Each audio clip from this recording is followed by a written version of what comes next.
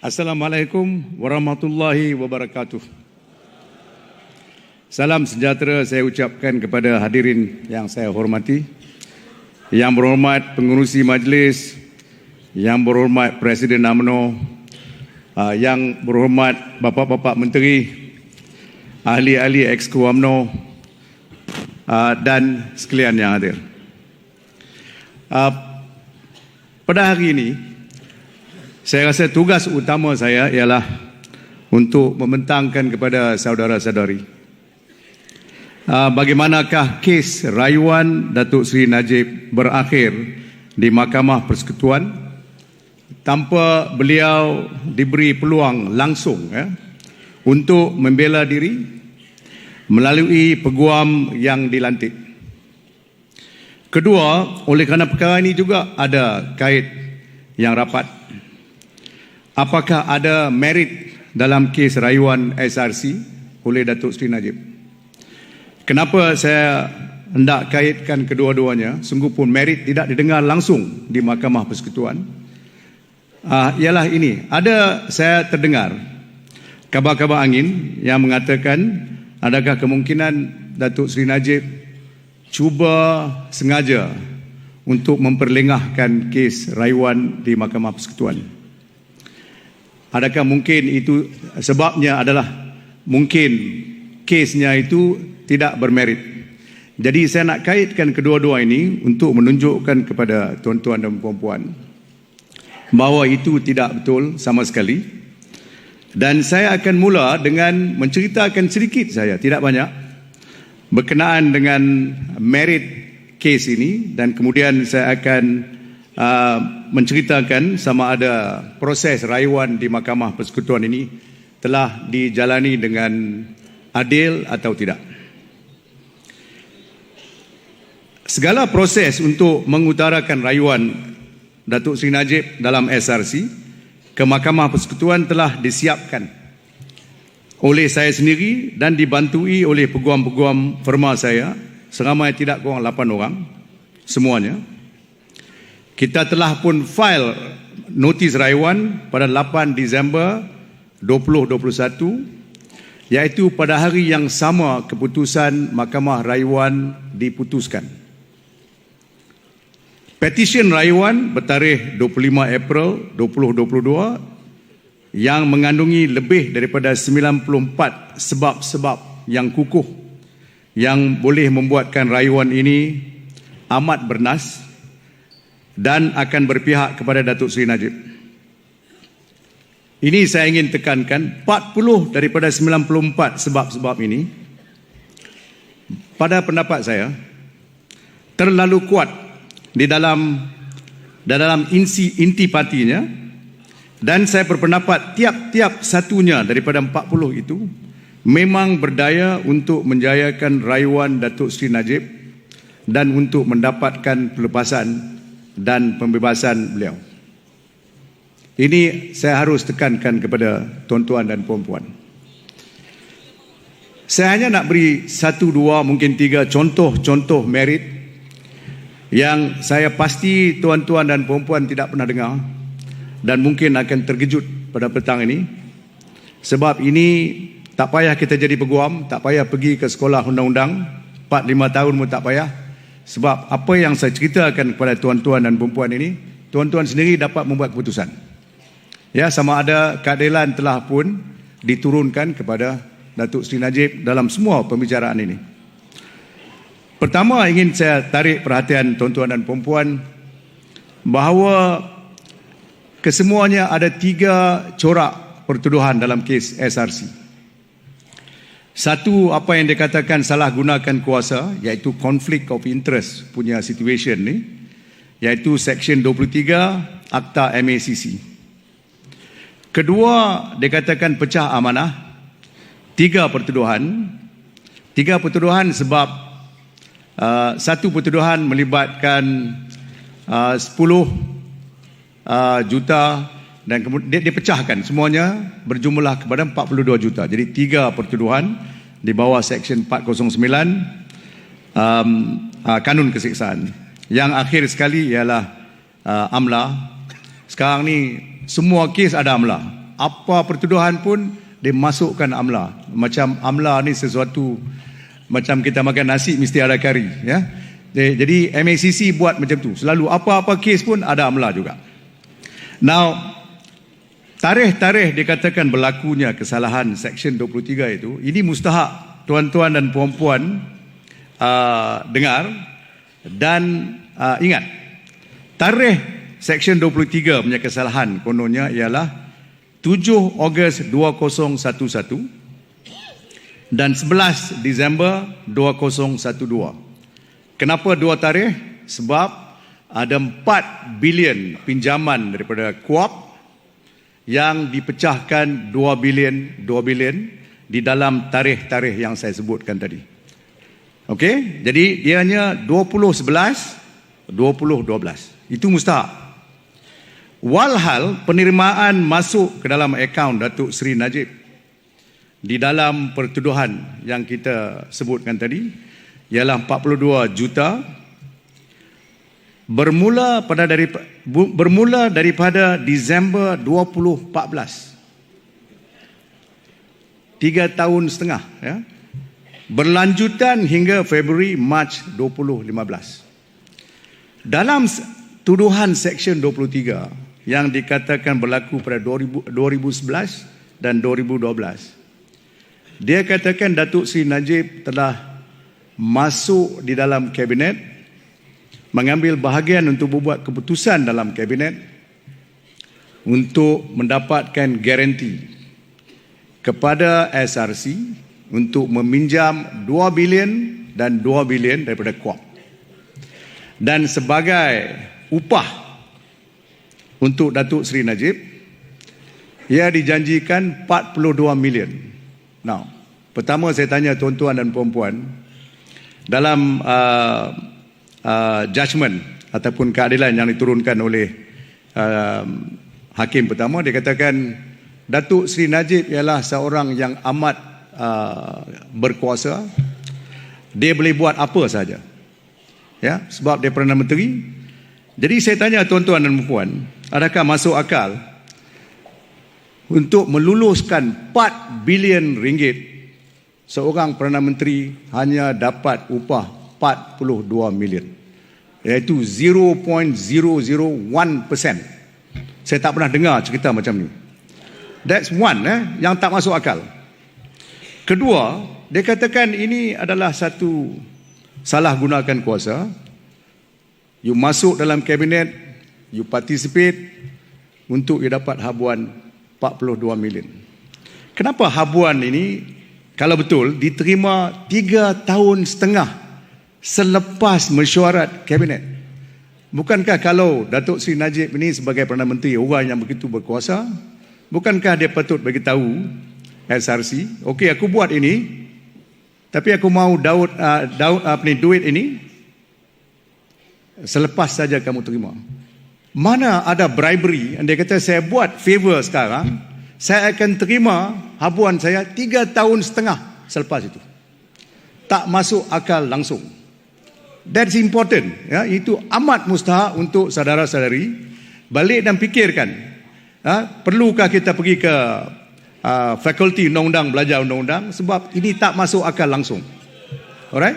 Jadi inilah sebabnya saya katakan dalam mahkamah, dia tidak mengikut the pathology of corruption. Saya tak pernah dengar satu kes pun seumur hidup saya 46 tahun di dalam bidang ini, tak pernah dengar satu kes pun yang mana kes bribery atau salah gunakan kuasa di mana saya terima habuan 3 tahun setengah selepas saya buat favor. Ya, tak masuk akal. Okey, itu satu.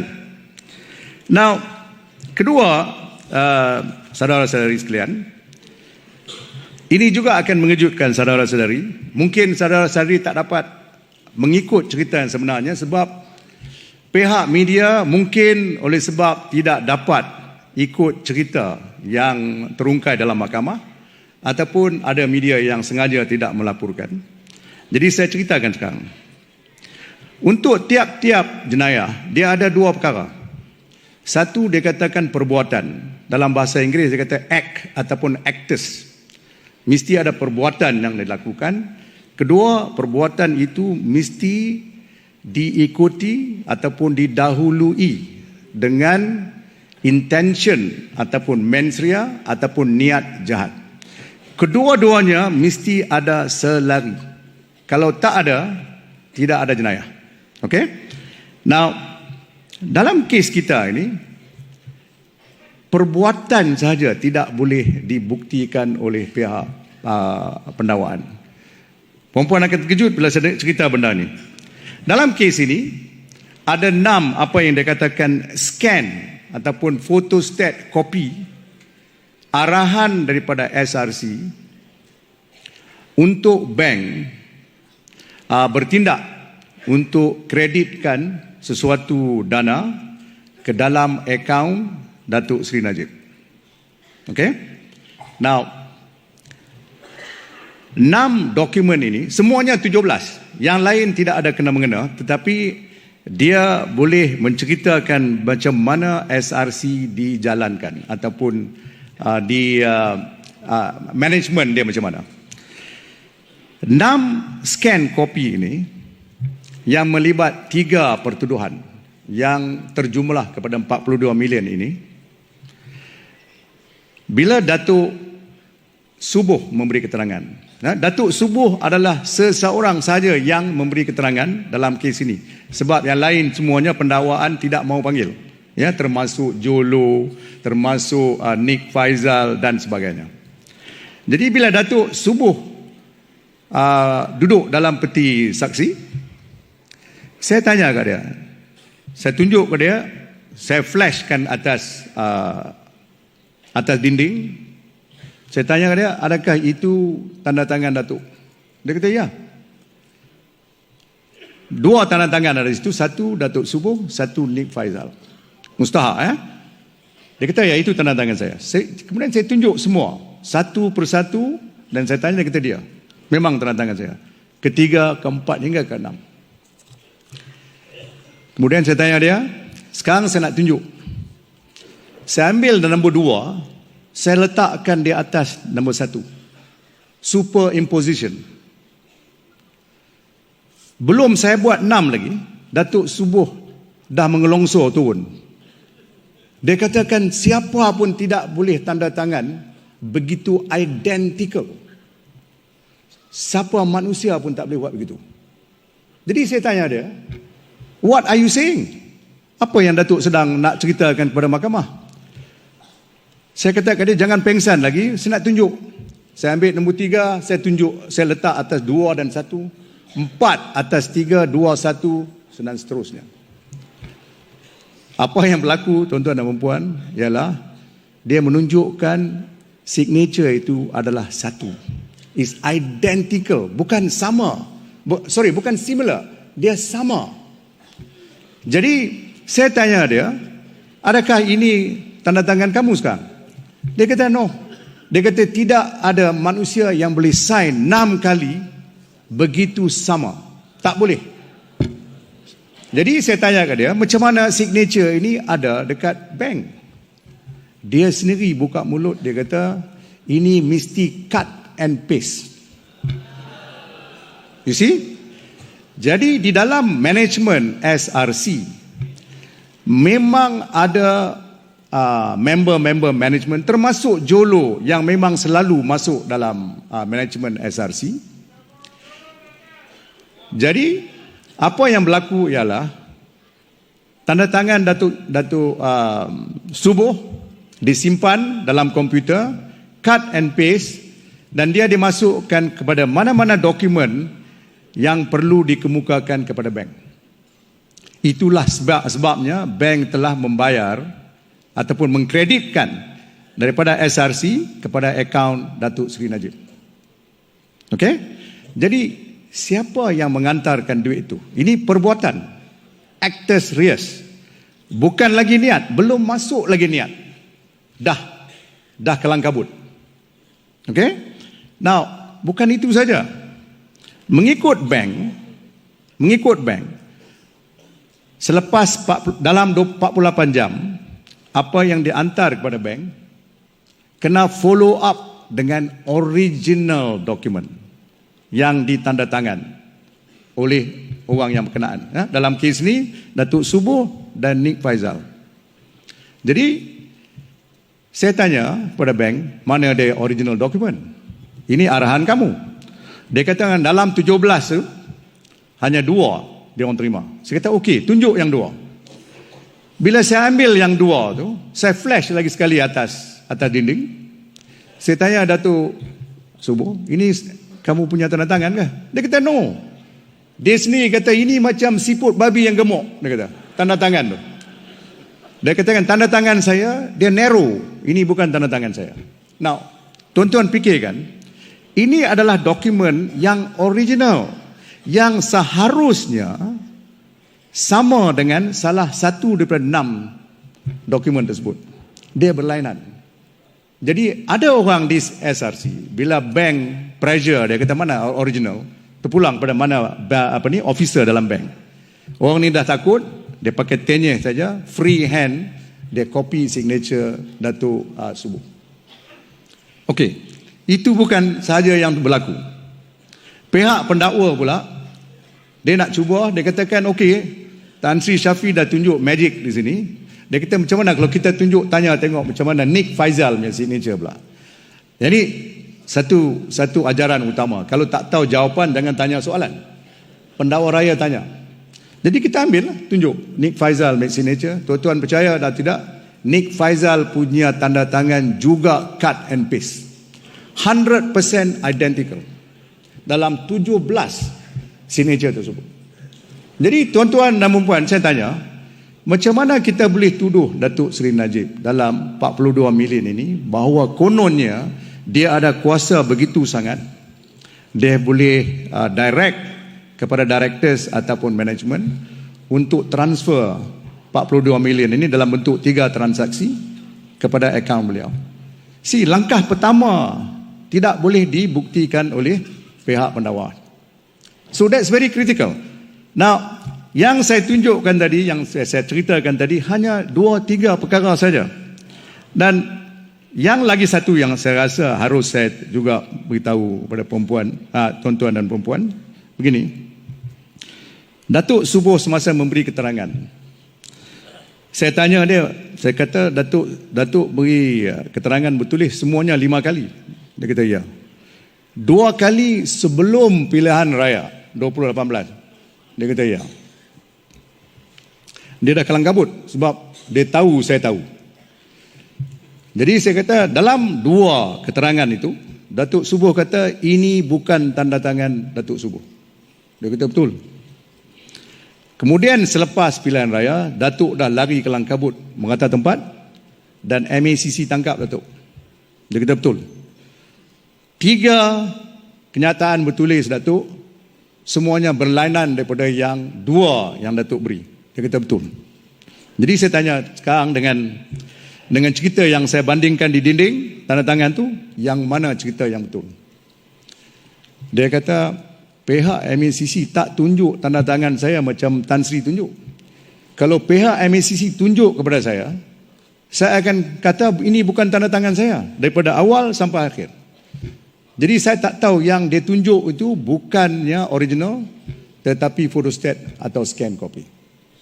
Ini cara pihak MACC membuat siasatan. Satu lagi contoh saya nak tunjuk sebab Datuk Seri Khair pun ada sini, jadi saya nak beritahu kepada tuan-tuan dan perempuan. Salah satu daripada isu-isu ialah sama ada Datuk Seri Najib ada mens rea ataupun niat jahat. Intipati kedua.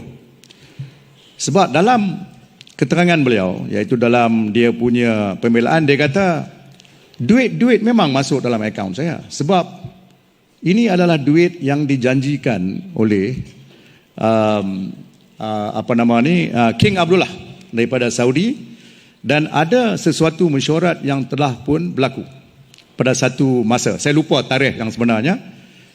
Dan kita bawa keterangan yang begitu kukuh yang menunjukkan memang ada mesyuarat tersebut yang dihadiri bukan saja oleh King Abdullah, dia punya 2 assistant, termasuk dia punya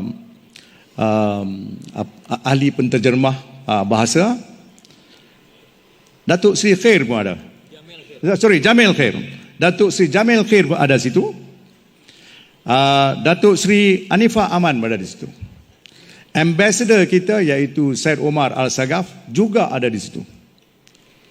Kesemuanya memberi keterangan dalam mahkamah mengatakan memang ini berlaku.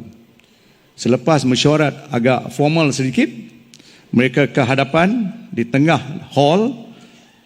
Masa itulah ada janji yang dibuat oleh King Abdullah. Dia kata bukan sebab dia sayang sangat Datuk Seri Najib. Let me tell you this. Tapi dia sayang cara Datuk Seri Najib menjagai Malaysia, sebab pada masa itu tuan-tuan dan puan masih lagi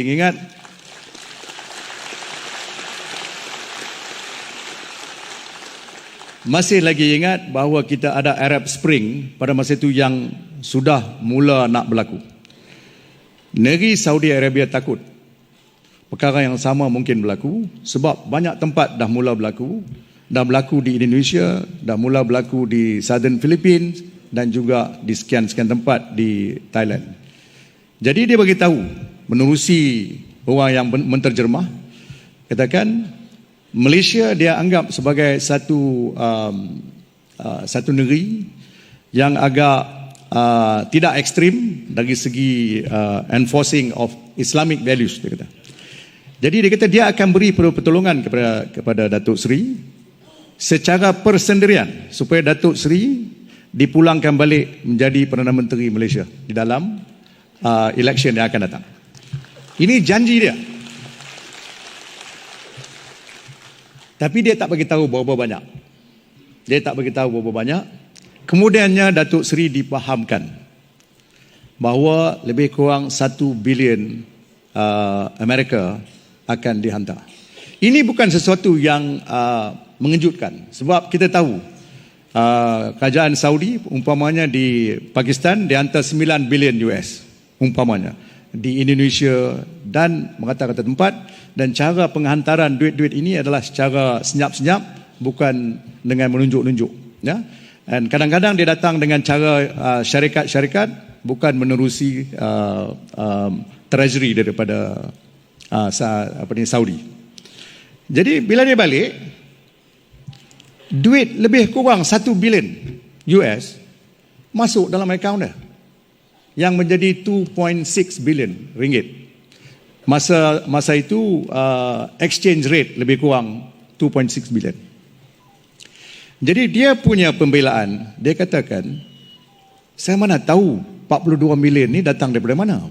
Sebab daripada awal hingga akhirnya saya sangkakan ini adalah duit-duit yang datang daripada donation Saudi. So itu dia punya pembelaan. Dalam dapatan Hakim Nazlan semasa membuat penghakiman, dia boleh katakan sungguh pun 3 menteri memberi keterangan, 1 ambassador memberi keterangan. Dia boleh katakan oleh sebab ada sedikit perjanggahan, sama ada itu berlaku pada 13 hari bulan atau pada 12 hari bulan. Bulan yang sama, 13 atau 12. Dia boleh kata oleh sebab itu ini tidak berlaku. Ya, tetapi bila dia menerima keterangan Datuk Subuh, dia boleh kata begini, Datuk Subuh dah kalang kabut berkenaan dengan keterangan beliau. Dalam dapatan Datuk Nazlan ini, dia mengatakan bahawa orang tua ni dia sakit, dia baru baik stroke, tapi dia baik stroke dah 3 tahun dulu. Dia katakan mungkin orang ni tersilap cakap. Now you imagine that, ya, bayangkan cerita yang begitu kukuh ditendangkan, cerita yang mengarut dia terima, dan dia sendiri buat alasan untuk Datuk Subuh. Now saya tak mau lagi panjang sangat berkenaan dengan ini. Saya nak isu yang pertama yang mustahak, iaitu bagaimana kes Datuk Seri Najib berakhir di Mahkamah Persekutuan tanpa beliau diberi peluang. Now, seperti yang saya katakan, segala petition, notis semuanya kita dah masuk. Dan bukan saja itu, Kita juga diberi arahan oleh Datuk Seri Najib. Dia katakan begini, dia cara persendirian bagi tahu sini, dia kata Syafi, you telah membela saya dengan begitu baik, tetapi kita kalah di Mahkamah Tinggi. Kita kalah di Mahkamah Rayuan. Jadi bagaimana kalau kita ambil satu QC untuk bekerjasama dengan kamu supaya kita boleh majukan satu rayuan yang lebih kukuh. Itu sebabnya kita ambil QC, bukan sebarangan QC. QC ini dianggap sebagai 4 tahun berturut-turut dia digelari sebagai the top silk in the UK. Silk ni ialah QC lah. The top QC dalam bidang fraud, cheating, theft dan sebagainya. Dalam bidang yang kita perlukan. Walau bagaimanapun kita buat permohonan ini ditendang dalam Mahkamah Tinggi. Tuan-tuan dan puan cuba fikirkan, seorang QC yang begitu berpengalaman dan kualifikasinya yang begitu tinggi tidak dibenarkan masuk untuk membela Datuk Seri Najib. Salah satu sebabnya, bukan sebab Mahkamah Tinggi, salah satu sebab objection yang ditimbulkan oleh pihak Peguam Negara dan Majlis Peguam ialah QC Mat Saleh ini tak boleh cakap bahasa Melayu. Cuba fikirkan, ini Peguam Negara masuk dalam mahkamah cerita merepet. Ya, mana QC yang boleh cakap bahasa Inggeris, bahasa Melayu? Perkara ini telah pun diputuskan dalam satu kes yang saya buat juga, satu kes nama Jeffrey Robertson Queen's Counsel, di mana Mahkamah Persekutuan kata, in short lah, dia kata jangan merepet. Mana boleh QC dia nak bercakap dalam bahasa kebangsaan atau bahasa Melayu. Dia QC daripada England, kita ambil kepakaran dia untuk menolong kita di dalam mahkamah. Benda ni dah memang kukuh, tetapi Peguam Negara, Majlis Peguam yang tidak malu langsung boleh majukan such an argument. Ya, alright. Now, jadi Datuk Seri Najib rasa lebih hampa sebab QC yang dia berkendakkan bekerjasama dengan kita juga telah ditendang. Jadi dalam keadaan begitu, Datuk Seri Najib telah didampingi oleh peguam-peguam lain termasuk Datuk Zaid yang ada dengan kita di sini, Zaid Ibrahim. Jadi begini terjadi, ya. Katakan bagaimana kalau kita lihat dengan perspektif yang lain. Jadi Datuk Seri Najib kata mungkin itu kita boleh buat. Tengok apa perspektif yang ada, cara baru. Jadi oleh itu, atas cadangan peguam yang baru, dikatakan semua peguam yang lama diberhentikan. Okey? Kemudian peguam-peguam baru termasuk peguam bela, peguam cara dilantik. Dia buat ini bukan untuk melewatkan rayuan. Ini mustahak. Dia buat ini supaya satu second opinion ataupun cara yang berlain yang mungkin dapat dilihat oleh orang lain, oleh peguam lain. Now, bila ini berlaku? Ini berlaku pada kalau tak salah saya, tuan-tuan dan puan-puan, dalam bulan Julai kan? Dalam bulan Julai pertukaran ini berlaku. Semasa pertukaran itu berlaku, tuan-tuan dan puan-puan, kita hanya ada tidak lebih daripada 18 hari untuk perbicaraan rayuan di Mahkamah Persekutuan. Now, mustahak ditekankan di sini dalam keadaan manapun. Dan saya katakan ini dan saya berani kalau ada orang lain di sini atau di luar yang katakan saya tak cerita benar, tak ada kes yang saya pernah lihat di mana peguam baru yang mengambil alih, di mana anak guam berhajat untuk mendapatkan khidmat peguam baru, tidak diberikan masa untuk peguam baru membaca, mengkaji kes tersebut, dan kita harus tahu bahawa kes ini melibatkan lebih kurang 220 jilid. 220 jilid ni saudara-saudari, tiap-tiap satu jilid 3,5 inci. Ya, kalau saya nak suruh Datuk Zaid Ibrahim baca, saya ingat biji mata dia pun terjatuh. Kalau bagi dia seminggu, 2 minggu, tak boleh. Memang tak boleh. Ya, kalau saya baca, sebab saya buat kes tu mungkin 2 bulan. Tetapi orang baru 4-5 bulan. Jadi satu permintaan untuk ditangguhkan kes ini dibuat. Tidak dibenarkan oleh mahkamah daripada mula. Alright? Sebelum perkara ini berlaku, bulan Julai juga, awal bulan Julai, saya telah pun membuat satu permohonan di Mahkamah Persekutuan, semuanya cara jujur. Ini mustahak tuan-tuan dan puan-puan kaji. Permohonan ini ialah satu permohonan yang mengatakan Hakim Nazlan telah ada konflik of interest, di mana tuan-tuan dan puan-puan mungkin tahu, sebelum menjadi hakim, beliau adalah menjadi ketua peguam, iaitu General Counsel dan Company Secretary. Company Secretary dalam bahasa perundangan ini, di corporate section, bukanlah Company Secretary yang biasa. Dia ni mesti peguam. Dia jaga segala corporate matters of the company, in this case Maybank. Dan beliau juga seperti yang saya kata ialah ketua peguam bagi Maybank Group, bukan Maybank saja, Maybank Group. Dalam hal ini, apa yang terjadi ialah kita dapat tahu bahawa orang yang mencadangkan SRC, supaya SRC ini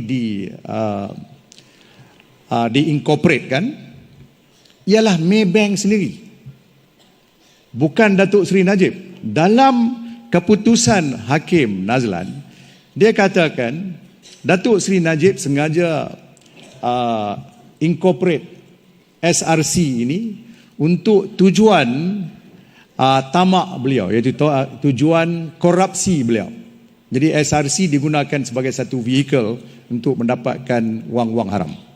Walhal dia sendiri tahu bahawa SRC adalah satu cadangan daripada Maybank Invest, di mana beliau tahu sebab beliau adalah ketua peguam. Itu satu. Kedua, tuan-tuan dan puan ingat bahawa 42 million yang saya sebut tadi, kita dapat tahu ianya bukan diterbitkan ataupun dia punya source tu bukan daripada 4 bilion wang kuap itu. Ianya daripada 140 million, di mana satu lagi syarikat nama PPD, iaitu Putra Perdana Development, memperolehi daripada Maybank. Dan pinjaman ini juga adalah di bawah kawalan dari segi undang-undang Nazlan. Okey, jadi banyak sangat benda-benda sedemikian yang Datuk Nazlan sudah ada pengalaman dalam Maybank, yang ini semestinya bererti bahawa beliau ada konflik of interest dan tidak boleh menjadi hakim dalam kes SRC. Satu lagi last point, beliau juga telah terlibat dalam satu lagi pinjaman yang amat besar, iaitu pinjaman 1MDB yang merupakan 4.17 billion untuk 1MDB membeli satu company yang melibatkan dalam energi, ya. Now, pinjaman ini telah menjadi tak elok sebab 1MDB tidak bayar. 2 bilion telah tertunggak. Ya, 2 bilion telah tertunggak. Maka Board of Directors Malayan Banking telah pun direct mengarahkan kepada Datuk Nazlan supaya beliau mengetahui apa cara yang terbaik untuk recover the loan. Jadi bila beliau buat sedemikian, beliau secara automatik menjadi seorang saksi di 1MDB. Dan kalau kita dah tahu umpamanya perkara 1 dan 2 yang saya sebutkan tadi, dan 3, kita juga akan memanggil dia sebagai saksi dalam kes SRC. Itu berapa rapat kaitan antara Nazlan, Maybank dan SRC. Jadi kita minta supaya Mahkamah Persekutuan mengambil kajian ini, membuat satu keputusan bahawa Datuk Nazlan tak seharusnya mendengari kes di Mahkamah Tinggi. Dan apa dia impact? Impact yang sebenarnya ialah kalau Mahkamah setuju, keputusan Datuk Nazlan di Mahkamah Tinggi akan tercemar, ianya akan dibatalkan. Jadi kalau ianya dibatalkan, tidak payah lagi kita dengar rayuan pertama dan rayuan kedua di Mahkamah Persekutuan. Tetapi saya terkejut bila saya file dokumen itu. Sepatutnya kes itu didengari, permohonan itu didengari lebih awal daripada 15 hari bulan Ogos. 15 hari bulan Ogos ialah untuk pendengaran rayuan bagi rayuan utama rata. Tetapi hakim di Mahkamah Persekutuan, I think Chief Justice sendiri telah pun menetapkan bahawa pendengaran permohonan itu juga didengari pada 15 hari bulan. Ini bermakna bahawa seolah-olah Mahkamah Persekutuan telah pun membuat keputusan sendiri akan menolak permohonan tersebut. Jadi ini amat menduka citakan, sebab Mahkamah patut bertindak dengan tidak memerat mana-mana belah, independen, straight, dan tidak ada apa-apa agenda yang ada. Ya. Last kali saya nak bagi tahu kepada tuan-tuan dan puan-puan, ini amat mustahak oleh sebab satu postponement tidak diberikan kepada peguam yang baru pada lebih kurang 3-4 hari lagi nak habis rayuan. Kita telah mendapati bahawa seorang yang bernama Datuk Zamani Ibrahim. Datuk Zamani Ibrahim ini adalah suami kepada Chief Justice, iaitu Tun Tengku Maimun. Kita tidak tahu bahawa semenjak kita kalah dalam pilihan raya, iaitu Mei 2018, 2 hari selepas kita kalah, dia telah mencaci dengan begitu dahsyat Datuk Seri Najib dan menuduh Datuk Seri Najib adalah punca kejatuhan Barisan Nasional sebab terlibat dalam 1MDB dan mencuri wang 1MDB.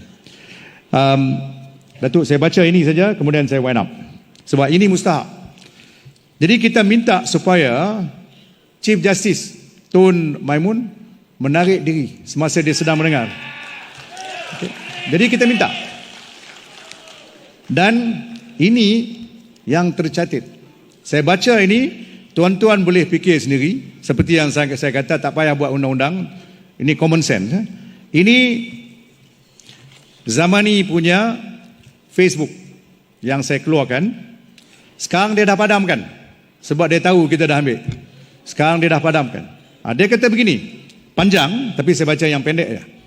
On hindsight, it was Najib and his 1MDB debacles that broke the camel's back.